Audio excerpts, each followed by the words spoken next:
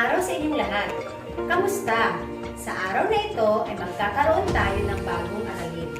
Excited na ba kayo na madagdagan ang inyong kaalaman tungkol sa iba't ibang lugar dito sa Pilipinas? Pero bago natin ito talakayin, isa-isahin muna natin ang layunin sa araw na ito.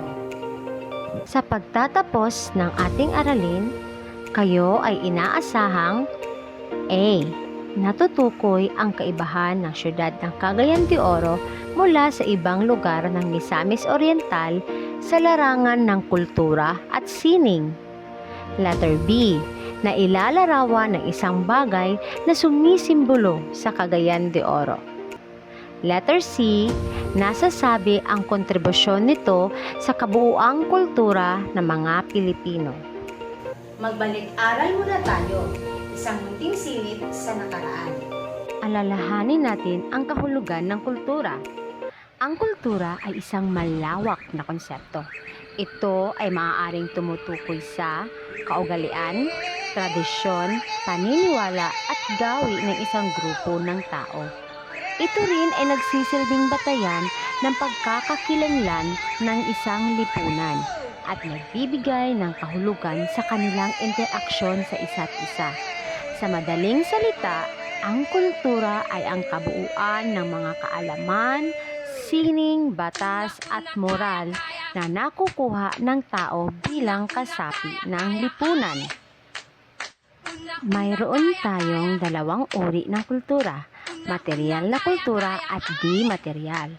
Ang material na kultura, ito ay mga bagay na nahahawakan natin tulad ng mga gusali, aklat at mga larawan.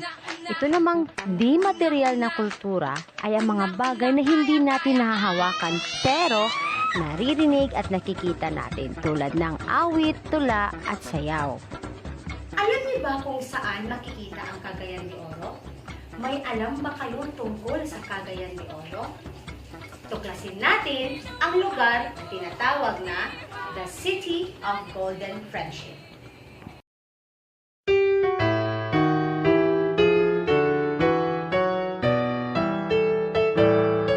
Ang siyudad ng Cagayan de Oro ay isa sa mga matatawag na highly urbanized city dito sa Mindanao. Panahon pa ng mga Espanyol nang ito'y idineklara bilang kabisera ng segundo distrito ng Misamis na binubuo ng Misamis Oriental, Misamis Occidental, Camiguin, Bukidnon, Lanao, Zamboanga del Norte at hilagang bahagi ng Cotabato. At sa ngayon, ang Cagayan de Oro ang kabisera o kapital ng probinsya ng Misamis Oriental. At ito rin ang sentro ng buong Rehiyon 10, Northern Mindanao o Amihang Mindanao. Malawak ang siyudad ng Cagayan de Oro.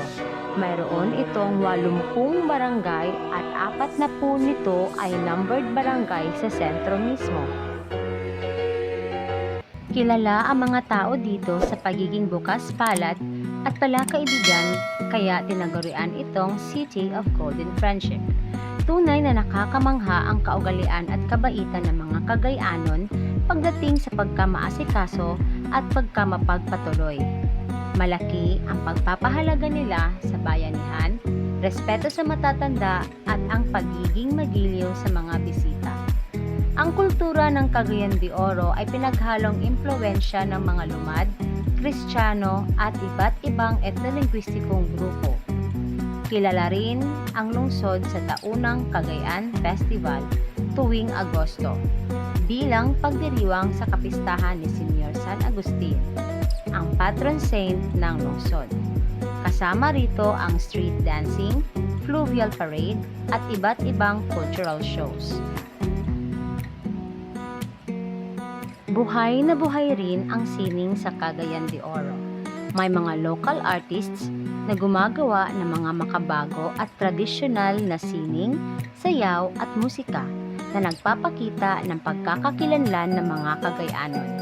Makikita rin sa syudad ang kauna-unahang folkloric museum sa bansa, ang Xavier University Museo de Oro na naglalaman ng ethnohistory ng Amihang Mindanao, ethnology ng Mindanao at gallery ni Father Francisco Demetrio S.J. Sa Cagayan de Oro din matatagpuan ang pagawaan ng sikat na pasalubong mula sa Mindanao, ang Van Dep Pastel. Malapit din sa puso ng mga Cagayanon ang mga pagkaing binaki, sinuglaw, pinagsamang sinugba o inihaw at kinilaw, at RM, nilagang masiselang parte ng baka. Hitik talaga sa talento at galing ang mga Pilipino. Nakikita ito sa mga pang-araw-araw na buhay natin. Kaya, nararapat lamang natin itong ipagmalaki, pahalagahan, at bigyan ng pansin. Alam mo ba ang sasakyan ito? Nakakita ka na ba nito? O nakasakay ka na ba dito? Kung hindi pa, halika, sabay-sabay natin tuklasin ang tungkol sa motorela. Yun, pag-aralan naman natin ang sasakyang pinakita ko kanina, ang motorela.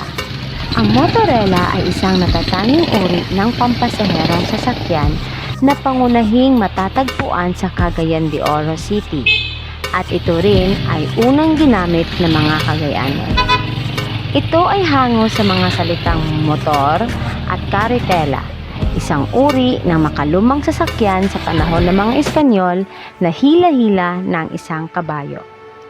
Matatawag itong sariling bersyon ng mga Cagayanon sa kilalang tricycle ng Pilipinas. Taong 1964 nang irehistro ng inventor nito na si Ginoong Rafael D. Floyrendo Sr. ang patent ng kanyang gawang motorela. Nabigyan naman ito ng patent number na 2243. Ang unang bumili ng gawa ni Ginoong Floyrendo ay mula sa karatigbayan ng Cagayan de Oro, ang Ozamis City. Hanggang sa dumami ang gumagamit nito bilang isang paraan ng transportasyon. Umabot ito sa Visayas at Luzon. Hanggang ngayon, makikita pa rin ang motorela sa daan.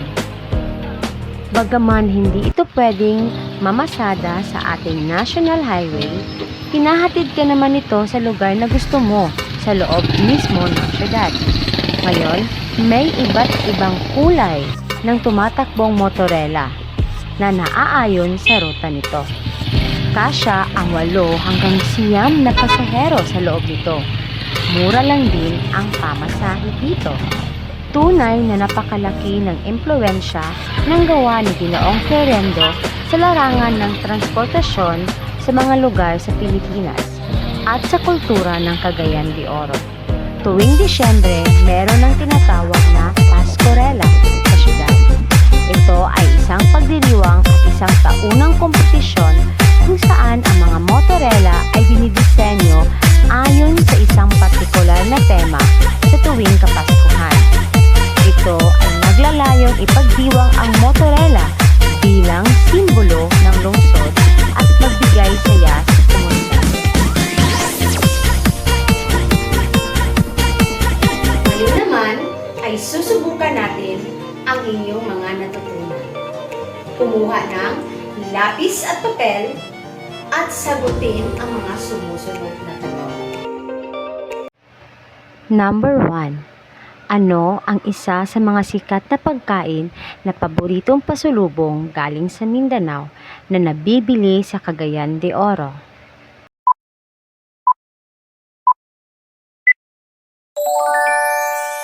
Number 2.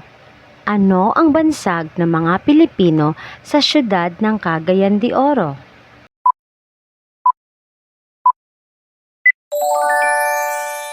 Number 3.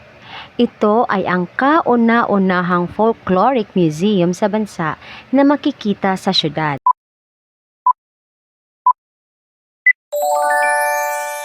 Ano ang pagdiriwang sa siyudad na ginaganap tuwing Agosto?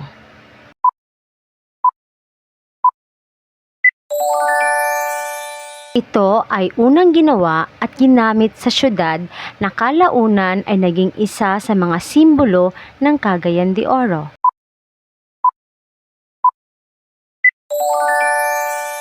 Sino ang nag-imbento ng sariling bersyon ng Cagayan de Oro ng tricycle ng Pilipinas?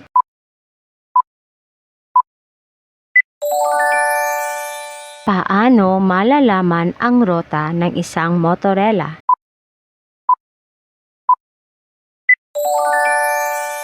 Number 8. Ilan ang kasyang pasahero ng motorela?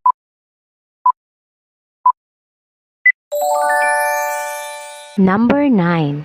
Ano ang natatanging pagdiriwang sa syudad tuwing Disyembre para sa mga motorela?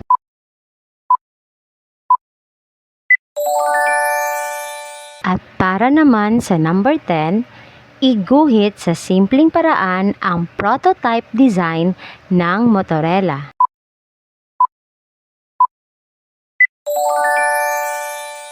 Nag-enjoy ba kayo sa ating aralin? Sana ay marami kayong natutunan. Hanggang sa muli, paalam!